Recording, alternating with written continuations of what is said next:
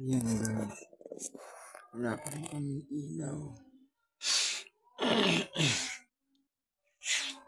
Dahil nga may bagyo. Ayan, sobrang dilim sa labas. Sobrang dilim sa labas.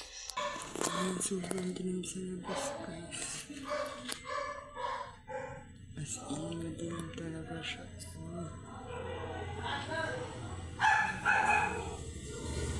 in, walang tao sa labas. Kasi nga brown out, sobrang dilim. Kaya, ayan, grabe. Ang dilim sa labas, natatakot ka lumabas kasi sobrang dilim. Ayan, kaya nagkandila kami. Ayan siya. Grabe. Guys, ang hirap. Mawalan ng kuryente, tubig, tas tambak pa yung hugasin. Grabe, ang dilim sa labas. Ang dilim sa labas guys.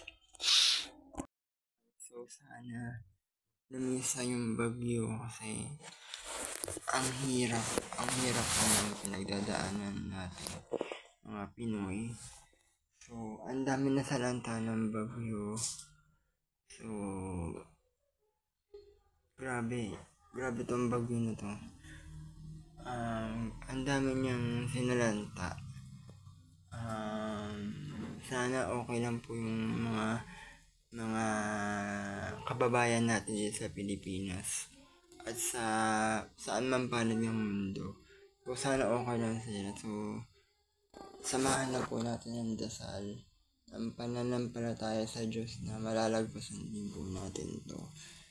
So grabe, nawalan ng electricity dito since 11:30 AM. So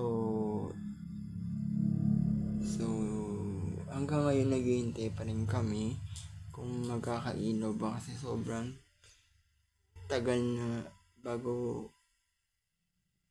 hintay talaga namin na magkailaw. Kasi para siyang parang grabe.